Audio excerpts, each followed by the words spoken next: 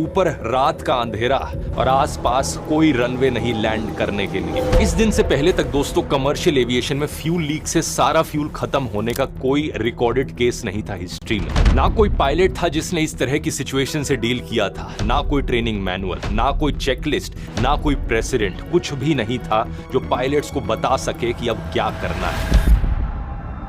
नमस्कार दोस्तों, 23 अगस्त साल 2001 रात के करीब 11 बज रहे थे। टोरंटो के पियर्सन इंटरनेशनल एयरपोर्ट पर हलचल का माहौल था। गर्मियों के मौसम में गेट्स पर लोगों की भीड़ लगी थी। फैमिलीज, कपल्स, स्टूडेंट्स सब अपनी अपनी फ्लाइट्स के लिए अलग अलग गेट से बोर्डिंग कर रहे थे और इन्हीं में से एक गेट पर एयर ट्रांजिट, एक कैनेडियन एयरलाइन की फ्लाइट TSC 236 खड़ी थी। टोरंटो से पोर्चुगल जाने वाली एक रेगुलर ओवरनाइट फ्लाइट। इसमें 293 पैसेंजर्स और 13 क्रू मेंबर्स यानी कुल 306 लोग सवार थे। ज्यादातर पैसेंजर्स पोर्चुगीज ओरिजिन के कैनेडियन थे जो समर वेकेशन के वक्त पोर्चुगल जा रहे हैं।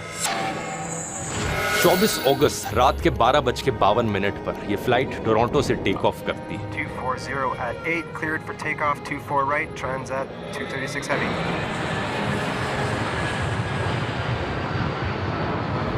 इसे पोर्चुगल के लिस्बन पहुंचने के लिए पूरा अटलांटिक ओशन क्रॉस करना था। टेक ऑफ के कुछ ही मिनट बाद यह प्लेन 39,000 फीट की हाइट पर पहुंच जाता है और अपने सफर में आगे बढ़ता है।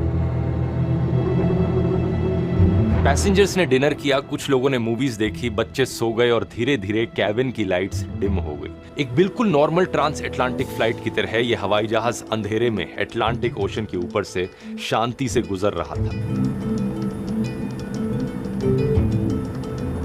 ऊपर से दिखने में सब कुछ नॉर्मल लग रहा था, लेकिन इसी बीच कॉकपिट में कुछ ऐसा हो रहा था जो इस फ्लाइट को एविएशन हिस्ट्री की सबसे खतरनाक फ्लाइट्स में से एक बना देगा।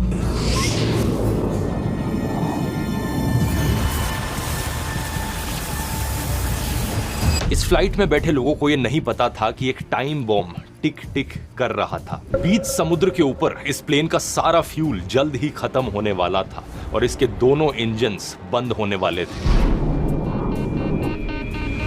ऊपर से इस फ्लाइट की कमांड थी एक ऐसे पायलट के हाथ में जो ड्रग स्मगलिंग के चार्जेस पर सालों तक जेल में सजा काट कर आए थे। लेकिन इनके इस राज के बारे में प्लेन में किसी को नहीं पता था।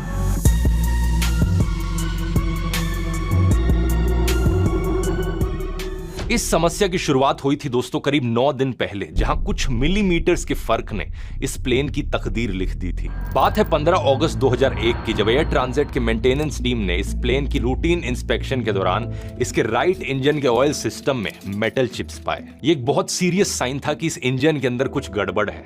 2 दिन बाद 17 अगस्त को फिर से मेटल पार्टिकल्स मिले। अब इस एयरलाइंस के पास कोई ऑप्शन नहीं था। यह बात क्लियर थी कि इंजन बदलने पड़ेंगे, लेकिन प्रॉब्लम यह थी कि एयर ट्रांजिट के पास कोई स्पेयर इंजन अवेलेबल ही नहीं था। तो इन्होंने रोल्स रॉयस कंपनी से एक इंजन लोन पर लिया और यहीं से ही शुरू होती है असली गड़बड़। अब इमेजिन करो दोस्तों, आपके फोन का चार्जर खराब हो जाए और आप उससे एक मिलता जुलता चार्जर लगाते हो जो दिखने में सेम लगे लेकिन अंदर का पिन थोड़ा अलग हो। ऐसे में आपका चार्जर कुछ दिन चलेगा लेकिन फिर शॉर्ट सर्किट हो जाएगा। एग्जैक्टली यही हुआ इस प्लेन के साथ। रोल्स रॉयस का जो नया रिप्लेसमेंट इंजन आया वो पुराने डिजाइन का था। प्लेन का सिस्टम नए डिजाइन का था। बाहर से सब सेम दिखता था लेकिन अंदर की फ्यूल और हाइड्रोलिक ट्यूब्स की फिटिंग थोड़ी अलग थी। और जब ये एयर ट्रांजिट को डिलीवर हुआ तो इंस्पेक्शन में ये फर्क पकड़ा ही नहीं गया। इंजन बदलने का काम 17 अगस्त की आधी रात को शुरू होता है। ये काम संडे दोपहर तक पूरा होना जरूरी था क्योंकि प्लेन की स्केड्यूल्ड फ्लाइट थी उस वक्त, यानी मैकेनिक्स के पास बहुत टाइट डेडलाइन थी। जैसे ही मैकेनिक्स इंजन बदलने का काम शुरू करते हैं तभी एक प्रॉब्लम आ जाती है। नए इंजन पर प्लेन का हाइड्रोलिक पंप लग नहीं रहा था क्योंकि बीच में इंजन के एक फ्यूल ट्यूब आ रही थी। अब यहां पर लीड 20 अगस्त 1997 को एक एयरबस ने प्रोसीजर्स अमेंड तो किए लेकिन ऑटोमेटेड लीक वार्निंग सिस्टम नहीं लगाया। अब 4 साल बाद एग्जैक्ट सेम सिनेरियो फ्लाइट 236 पर रिपीट हो रहा था और अगर वो वार्निंग सिस्टम लगा